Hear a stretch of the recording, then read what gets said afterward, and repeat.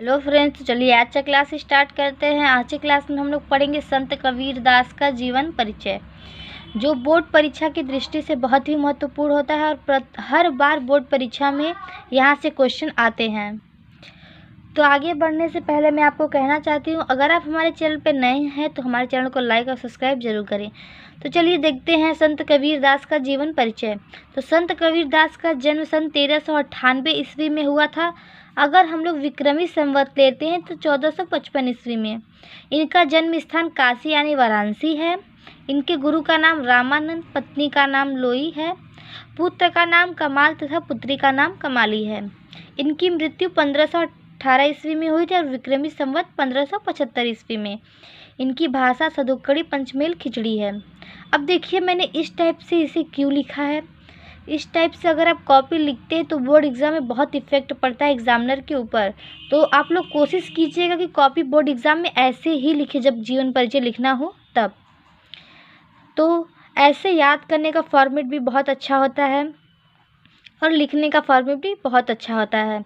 तो चलिए आगे देखते हैं। दिया गया है आगे उनके जन्म के बारे में कुछ पंक्तियाँ लिखी गई हैं, जैसे 1455 साल गए चंद्रवार एक ठाठ हैं, जेठ सुदी बरसायत को पुनर्मासी प्रकट भय, घन गरजे दामिन दमके बूंदे बरसे झर लाग गए, लहर तालाब में कमल खिले हैं तय कबीर भानु प्रकाश भय।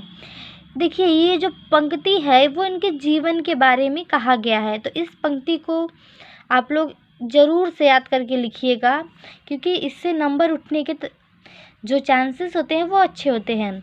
और आगे देखिए दिया गया है, कबीर ने कभी अपनी रचनाओं को एक कवि की भांति लिखाने का प्रयत्न नहीं किया।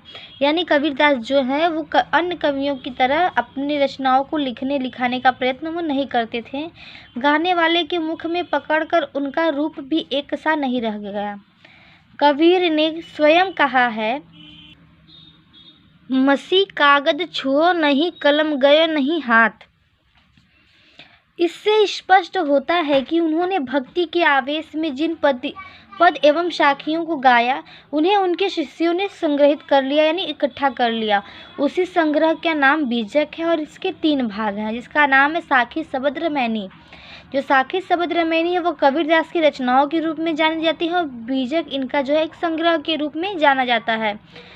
तो आई होप आप लोग को कबीरदास का जीवन परिचय अच्छे से समझ में आ गया होगा।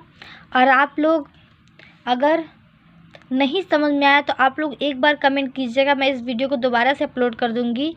सो प्लीज़ हमारे वीडियो को देखने के लिए थैंक यू।